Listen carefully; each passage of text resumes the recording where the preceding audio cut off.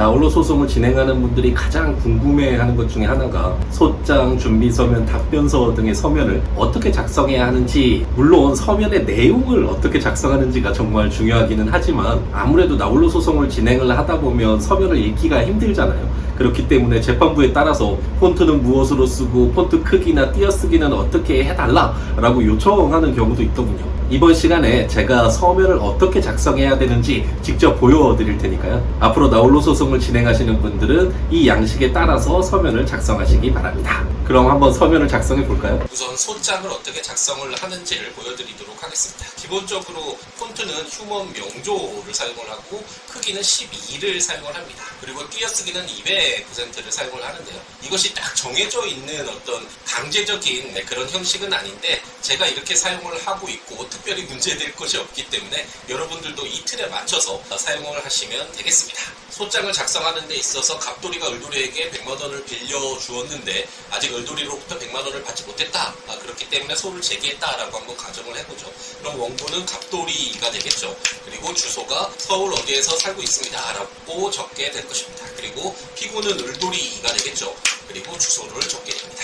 그리고 이제 어떤 청구인지에 대한 이름을 적게 되는데 100만 원 반환 청구니까 대여금 청구가 되겠죠. 그리고 예전에 유튜브를 처음 시작해서 제1회 영상이었는데 이 청구 취지가 굉장히 중요하다라는 말씀을 드렸던 기억이 새록새록 솟아나는 것 같습니다. 청구 취지는 판결 주문에서 그대로 인용이 되면서 강제 집행을 하기 위해서 가장 중요한 내용이니 청구 취지를 잘 작성을 하셔야 됩니다. 이 사건에서는 을돌이는 갑돌이에게 금 100만원 및 이에 대하여 이 사건 소장 송달일 다음날부터 연 12%의 비율에 의한 금원을 지급하라 라는 식으로 대여금 청구에서는 청구 취지가 기재되어야 될 것입니다. 다른 사건에서는 다른 청구 취지가 기재가 되어야 되겠죠. 사건마다 다르니까 그것은 참고를 하셔야 될 것 같고, 원금과 이자 지급에 대한 내용을 기재를 했다면 이제 소송이 승소를 했을 때 소송 비용을 받을 수 있게끔 기재를 해야 되겠죠. 소송 비용은 피고가 부담한다라고 합니다. 그리고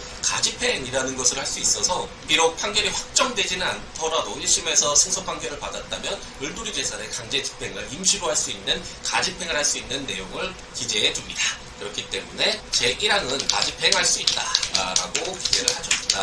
나는 재판을 구합니다 라고 기재를 하는 것이 바로 청구 취지와 관련된 내용이 되겠습니다. 이 청구 취지를 기재한 다음에 이제 이러한 권리가 있다라는 것을 인정받기 위해서 주장과 입증을 하는 청구 원인을 이제 잘 적어야 되겠죠. 그래서 이 사건의 경위는 어떻게 됐다. 예를 들어서 을돌이가 갑돌이에게 100만 원을 빌려줬고 갚지 않고 있다. 이렇게 주장을 한 뒤에 갑제 1호증, 차용증의 증거를 덧붙이게 되죠. 그러니까 자신이 권리가 있다라는 그 내용을 주장과 증거들을 잘 첨부를 해서 청구 원인을 기재를 하게 됩니다. 그 이후에 결호로서 이러한 점을 고려해서 원고의 청구를 인용하여 주시기 바랍니다 라고 기재를 하고, 입증 방법으로서 아까 갑제 1호증으로 차용증을 첨부를 했죠. 갑제 1호증 차용증이라고 기재한 다음에 날짜를 기재하고, 저는 소송 대리인이지만 그냥 본인의 이름을 적으면 되겠습니다. 갑돌이 이렇게 적으면 되겠죠. 그리고 어느 법원에 제출을 하는지, 피고, 이 사건에서는 을돌이 주소지를 관할하는 법원이 어떤 것인지를 확인한 다음에 을돌이가 서울 강남 쪽에 살고 있다라고 한다면 서울중앙지방법원 기중이라고 기재를 합니다. 이 용지와 관련돼서 변호사들은 변호사의 주소 등이 기재되어 있는 표지를 사용을 하긴 하는데요. 이런 표지를 굳이 사용하실 필요는 없고 당사자 소송에서는 A4 용지에 이런 내용만 기재하시면 되겠고요. 일반적으로 소를 제기하는 원고 측에서 이렇게 빨간색 용지를 사용하게 되고 피고 측에서는 파란색 용지를 사용하게 됩니다. 그럼 이제 소장 작성에 대해서 공부를 했으니 답변서가 어떻게 작성되는지 한번 볼까요? 방금 전에 말씀드렸듯이 피고의 경우에는 이렇게 파란색 용지를 사용을 하는데 나홀로 소송을 진행을 할 때는 크게 색깔의 구분을 짓지 말고 A4 용지에 작성을 하시면 되겠고, 이제 원고가 소장을 제출하면 사건 번호가 나오거든요. 그렇기 때문에 피고의 답변서에는 사건 번호가 기재가 되어야 되겠습니다.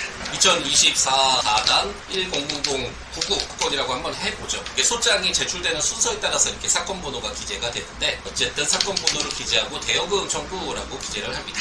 그리고 소장에서 기재된 바와 같이 갑돌이, 을돌이, 그리고 주소를 기재를 하면 되겠죠. 그것은 동일하고 위 사건에 관하여 피고 소송 대리인은 없으니까 피고는 아래와 같이 답변합니다 라고 기재를 한 다음에 청구 취지가 중요하다라고 소장에서 말씀을 드렸는데 청구 취지에 대한 답변 그리고 청구 원인에 대한 답변을 기재를 하면 되겠습니다. 답변서는 원고의 피고에 대한 청구를 모두 기각한다라는 내용으로 기재를 하시면 되겠고 소송 비용은 소장에서 피고가 부담한다라고 내용을 적었잖아요. 그것에 반대해서 소송 비용은 원고의 부담으로 한다라는 판결을 구합니다라고 기재를 하면 되겠습니다. 그리고 청구 원인은 소장에 기재되어 있는 주장과 입증 사실에 대한 반박을 기재를 하면 되겠는데 제가 유튜브 영상 두 번째에서 아마 답변서를 어떻게 제출하는지와 관련된 영상을 올렸던 것 같은데 형식적 답변이라고 해서 변호사를 선임할 예정이거나 아니면 좀 더 준비가 필요하다 하지만 30일 내에 답변을 해야 하기 때문에 시간이 좀 없다라고 생각이 든다면 청구 원인에 대한 답변은 추후 제출하겠습니다 라고 간단히 기재를 하셔도 되겠습니다. 그 이후에 똑같이 날짜와 본인의 이름인 을돌이라고 기재를 하면 되겠죠. 그리고 역시 관할하고 있는 서울중앙지방법원이라고 법원을 기재해주면 되겠습니다. 그리고 마지막으로 준비 서면은 원고만 작성하는 것이 아니고 소장과 답변서를 주고받은 뒤에 추가적으로 주장 입증할 사실이 있을 때 법원에 제출하는 서면이 준비 서면이거든요. 여기서 준비는 이제 변론을 준비를 한다. 변론 기일에 참석해서 이야기할 것을 미리 서면으로 작성해서 제출하겠다라고 해서 준비 서면이다 라고 생각하시면 되겠고 그렇기 때문에 원고와 피고 모두가 작성할 수 있는 서면이 준비 서면이다 라고 생각하시면 되겠고 사건 번호가 이미 나왔으니까 사건 번호를 기재를 한 뒤에 원고 피고 이름을 적어주면 되겠습니다. 그리고 원고는 다음과 같이 변론을 준비합니다.